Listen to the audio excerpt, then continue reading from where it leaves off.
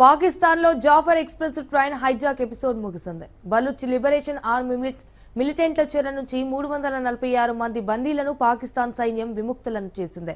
అయితే ఈ ఆపరేషన్ ముగిసే సమయానికి దురదృష్టవశాత్తు బందీలుగా చిక్కిన ప్రయాణికుల్లో 21 మంది మరణించినట్లు పాక్ ప్రభుత్వం మీడియా పేర్కొంది.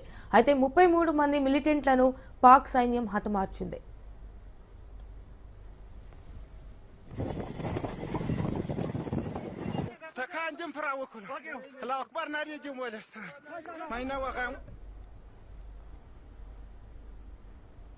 ఎత్తైన పర్వతాలతో కూడిన ప్రాంతంలోని ఓ టన్నెల్ వద్ద బాంబులతో ట్రాక్ ను పేల్చేసిన మిలిటెంట్లు ట్రైన్ పైకి కాల్పులు జరుపుతూ దానిని ఆధీనంలోకి తీసుకున్నారు. ట్రైన్లోని వందలాది మందిని బందీలుగా పట్టుకున్నారు.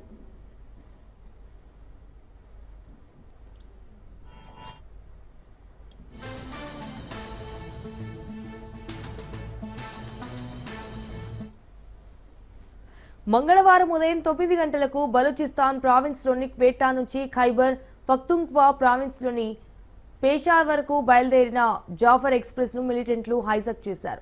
ఆ సమయంలో ట్రైన్లో దాదాపు 400 మందికి పైగా ప్రయాణికులు ఉన్నారు. పాక్లో దక్షిణాదిన ఇరాన్, ఆఫ్ఘనిస్తాన్ సరిహద్దుల్లో అపార ఖనిజ సంపదతో కూడిన బలూచిస్తాన్కు స్వయం ప్రతిపత్తి కోసం మిలిటెంట్లు ఏండ్లుగా పోరాడుతున్నారు.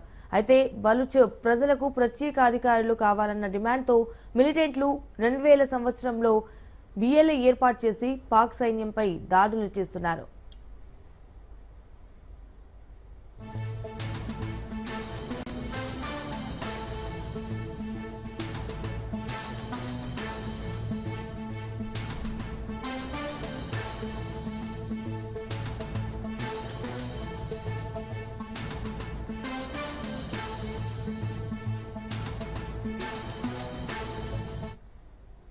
బలూచిస్తాన్ ప్రావిన్స్ బోలాన్ జిల్లా పర్వత ప్రాంతంలో మొత్తం 17 టన్నెల్స్ ఉన్నాయని అధికారులు వెల్లడించారు.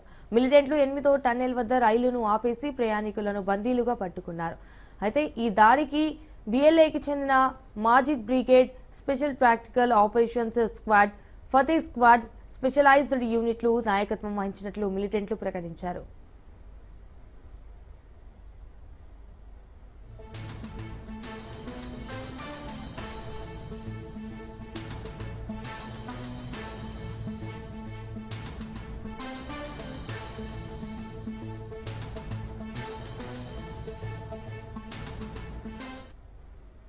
బందీలుగా ఉన్న వారిలో పాకిస్తాన్ సైన్యంలోని సిబ్బంది, పలువురు పోలీసులు, ఉగ్రవాద నిరోధక దళం, ఇంటర్ సర్వీసెస్ ఇంటెలిజెన్స్ సిబ్బంది ఉన్నారని తెలిపారు. వారందరూ సెలవుపై పంజాబ్ వెళ్తుండగా అటాక్ చేసినట్టుగా తెలుస్తోంది.